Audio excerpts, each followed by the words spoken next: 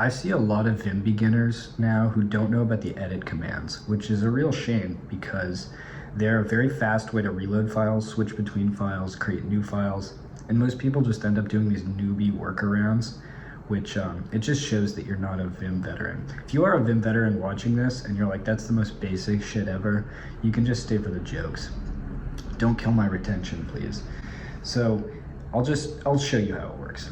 Let's say we're in a file. This is a file for a little Lua game I'm working on right now. And I want to create a new file. Let's say we want to create popup.lua. And just to show you the directory structure, if I list everything out, you can see it's a ton of Lua files, there's a README, whatever. Well, let's try to create that. So I see a lot of beginners, what they'll do is they'll go to a new tab and then they'll do touch and then text.lua, or I wanted to call it popup, touch popup.lua. Or if they want to edit it directly with Vim, then they'll do vim popup.lua. But that's amateur hour. Now I see other people, they may think they're like an advanced Vim user here. They'll open up Oil or whatever file explorer plugin, maybe NetRW, but not a lot of people are that psycho these days. And they'll go popup.lua and they'll be like, oh wow, I'm a lot faster. They'll write that to disk. Oh, it looks like I already have a popup. I'll delete that. Yeah, they'll create popup.lua and then they'll write and then they'll open it up. And it's a little better, but it's still like, that's amateur hour.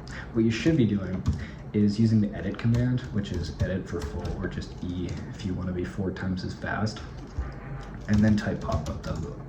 And what this will do, oh, it looks like I had that stalely in memory, but don't worry about that, that was an old take.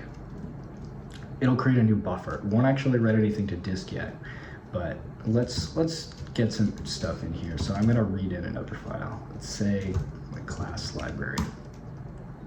So that's some content in it, but it's not actually written to disk yet. You can see down at the bottom, it's in quotes. Oh, that was actually the output from the last thing. If I want to write this, you can see it'll say new in brackets. So now it's on disk. Another thing you can do is create scratch files without names. So this is the new command. Fewer people know about this. So that just gives you a no name buffer that you can do scratch work in. You can also write this later, but you have to explicitly give it a name. So that's if you want to postpone a little bit. The other big use case is switching between files. Most people nowadays, including me, are using Telescope. So if I want to go back to turrets, I can do that. But sometimes you don't have Telescope because you're on a server or whatever.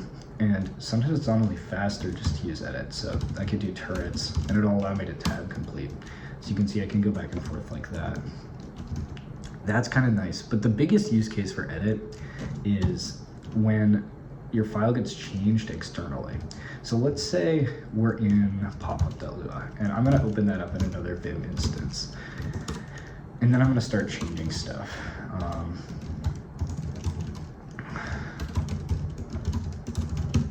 So I do something like that and I write it to disk in this instance. Now this Vim is stale as hell. That's kind of a problem because you can see it's not here. And now if I start doing stuff and I try to write, I'm gonna get it's been written to, and I don't want to. This happens most of the time because of Git. How do you reload this file? I see a lot of noobs panic and they'll just like qbang out of everything and then reload. You can actually just do ebang, and that'll get rid of any non-written changes you have in the current buffer and load from disk the same file. So that's great. That happens all the time with Git workflows. You can find out a little more info. There's a couple other things to note about this. If you go to :edit, you can see it has some extra options to it. The bang will discard. There's a couple other things like ++opt allows you to pass some options to it.